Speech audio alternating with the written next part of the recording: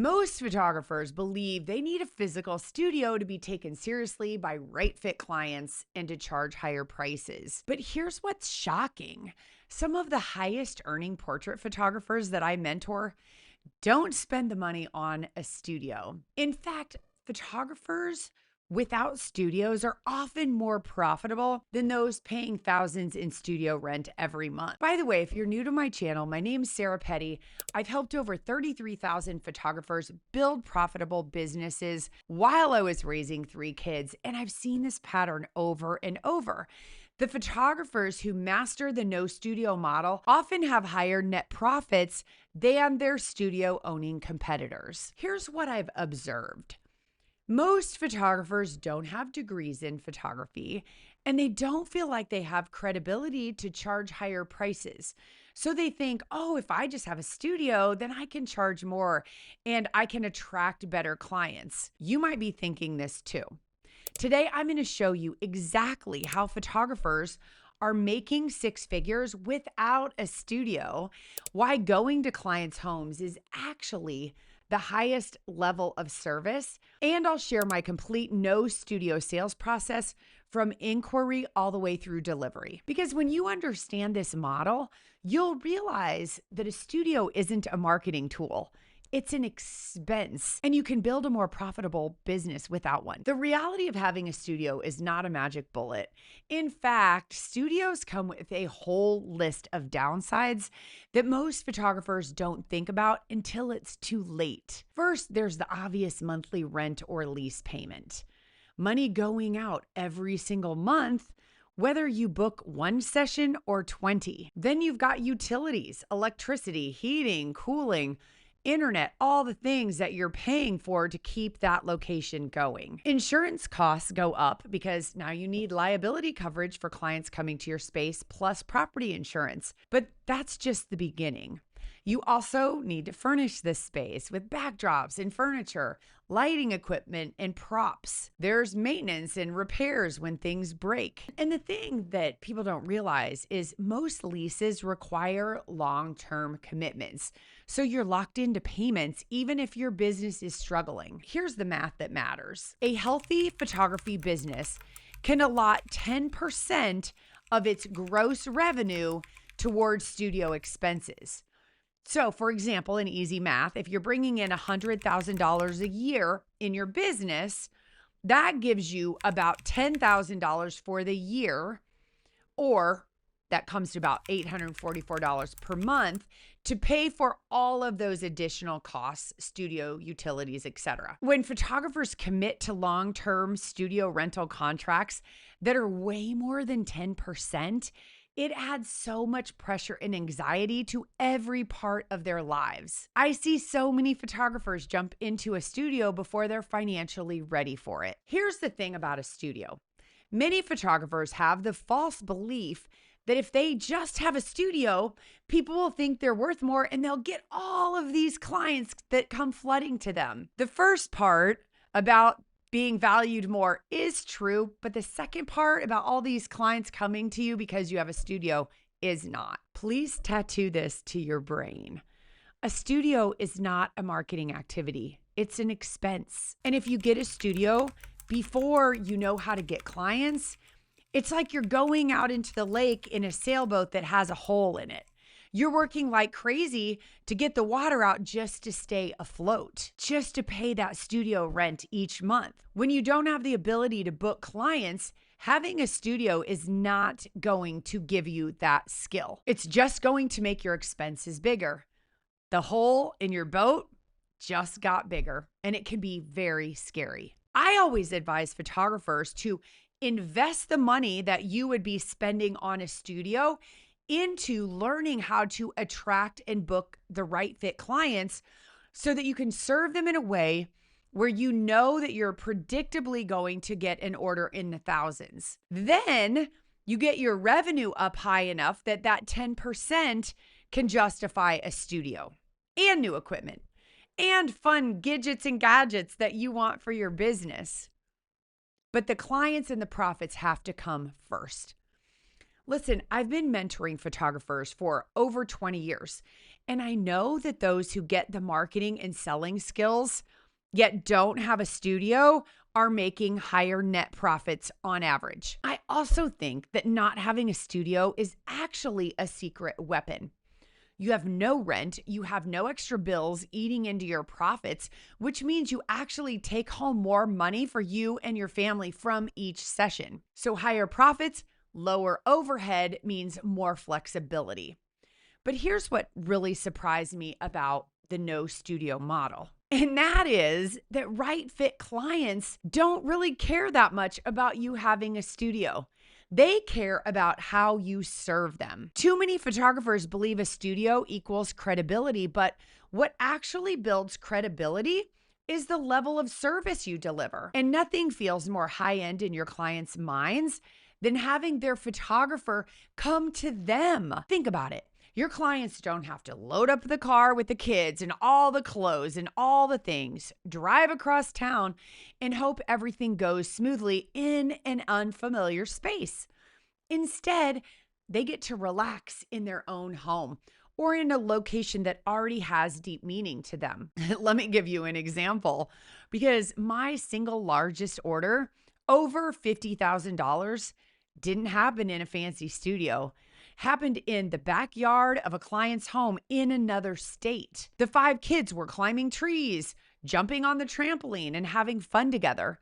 The artwork is all over their entire home, and when they look at it, I know it makes them so grateful that they have each other. That's the power of serving clients in their own homes. It makes the artwork more meaningful, the service more personal, and the entire experience more memorable. And it's not just me. One of my students named Kim Wolf calls herself a stay-at-home photographer. She's a full-time mama without childcare. She has 2 young kids, and she built up her business by setting up scenes in her backyard and photographing her clients while her children napped. She has proven that you don't need a studio to be taken seriously if you just serve people at the highest level. Now, you might be wondering, if I don't have a studio, how do I still look professional? Let me show you exactly how to create an experience that feels polished and premium without the 4 walls and a storefront. Here's the secret.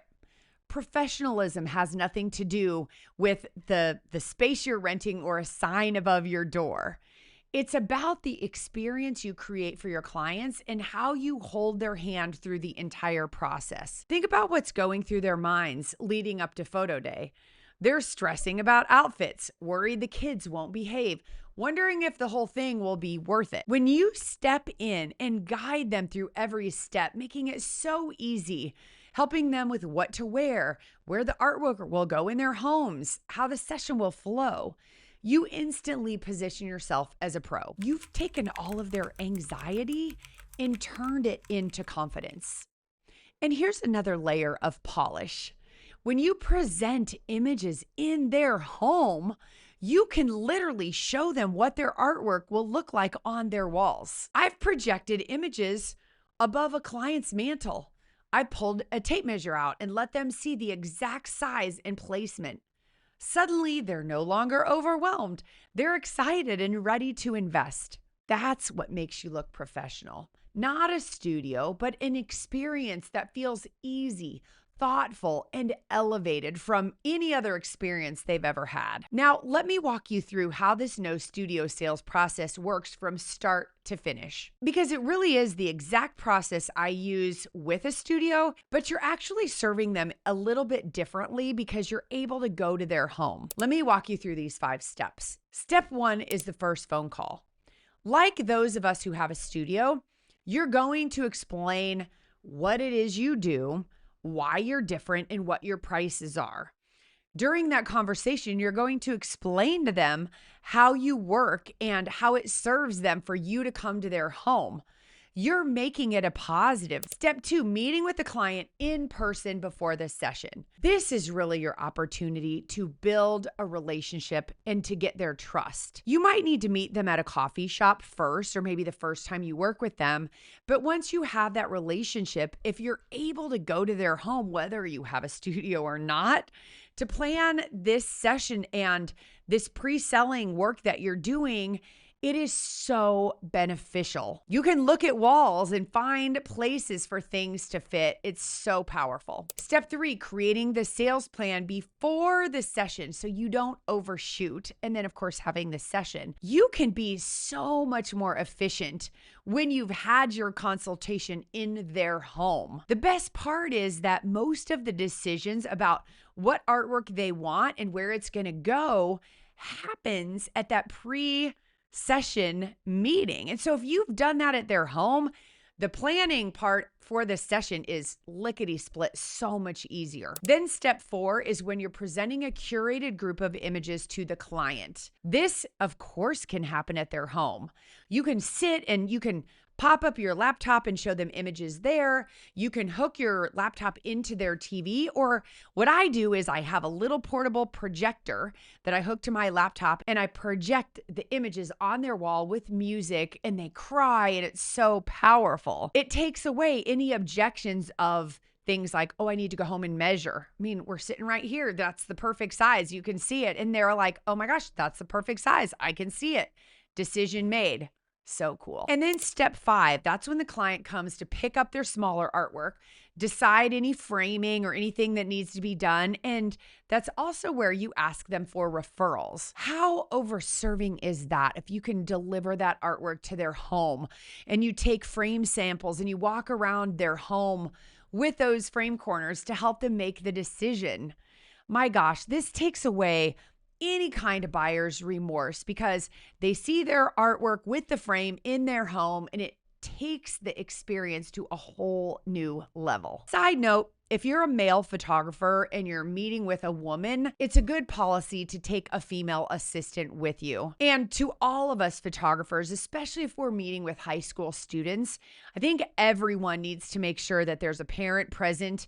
And what better place than in their home? Now, you might be wondering, on the business side, what should you be focusing on instead of gambling on a studio that you might not be ready for? Here's the guidance I teach all of my students. Before you ever sign a studio lease, you need to know that you can generate 10 times that monthly rent in revenue. Why? Because a studio isn't just a space, it's a financial commitment. If you're not already bringing in consistent revenue, that commitment can turn into stress really fast. So what should you focus on instead? Here are the 2 things. First, if you're not getting enough clients, right now your job is marketing, getting visible in your community, building relationships, planting seeds everywhere you go so you're not relying on chance or someone Googling you to fill your calendar. And then if you're getting a lot of clients and you're overwhelmed because you're working all the time, but you're not profitable,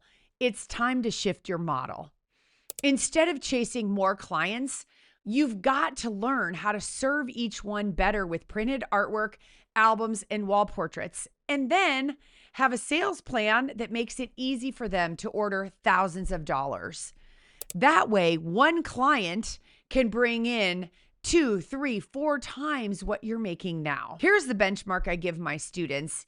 If your average order isn't over $1,500, that's where you need to focus. And if your average is closer to $500 to $700, your goal isn't to double your workload. Again, it's to elevate the experience so that same client happily invests $1,500, $2,500, $2,800, $3,500. That's how you scale without burning out. And it's how you know your model is working before you ever commit to the overhead of a studio. And listen, if you want to learn how to offer products without guesswork, I've got just the resource for you. Click in the description to get the 3 products that turn every photo session into multiple print sales. Here's the thing, it isn't about hustling harder. It's about creating a business that actually pays you what you're worth. The answers are always in your numbers. That's why I have my students close their books every month and I review their numbers quarterly. Because when you can look at your average order, your client flow, and your profits, you'll know exactly when a studio makes sense and it will be a decision you feel confident about. So if you've been dreaming about a studio, don't throw that dream away. It's really cool to have a studio. Just make sure that the revenue you're generating can support it. And the best way to do that, first, master the no studio model I just walked you through. Here's what I want you to remember about this no studio model. A studio won't make you more profitable. Better systems will. When you master the art of serving clients in their homes, you're providing the highest level of service while keeping your overhead low and your profits high. Not having a studio is actually your secret weapon.